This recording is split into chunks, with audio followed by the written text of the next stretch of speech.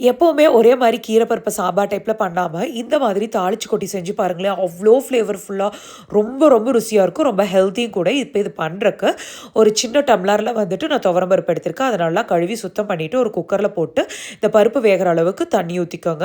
அதுக்கப்புறமா கொஞ்சமா வந்துட்டு விளக்கெண்ணெய் அது ஆப்ஷனல் தாங்க. பருப்பு சீக்கிரம் வேகறக்காக அத ஆட் பண்ணியிருக்கேன்.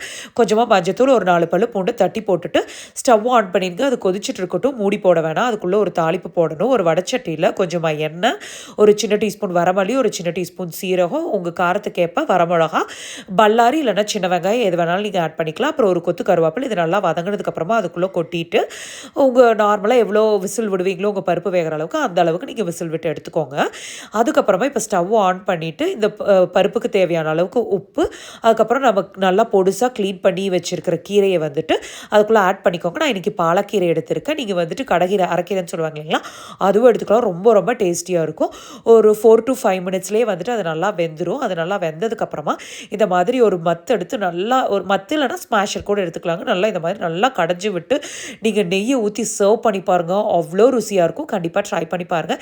இந்த மாதிரி ரொம்ப சுலபமாக அதே சமயம் ஹெல்த்தியாக பண்ணக்கூடிய ரெசிபீஸ்க்கு பசு விலாக்ஸை சப்ஸ்கிரைப் பண்ணிக்கோங்க. தேங்க்யூ.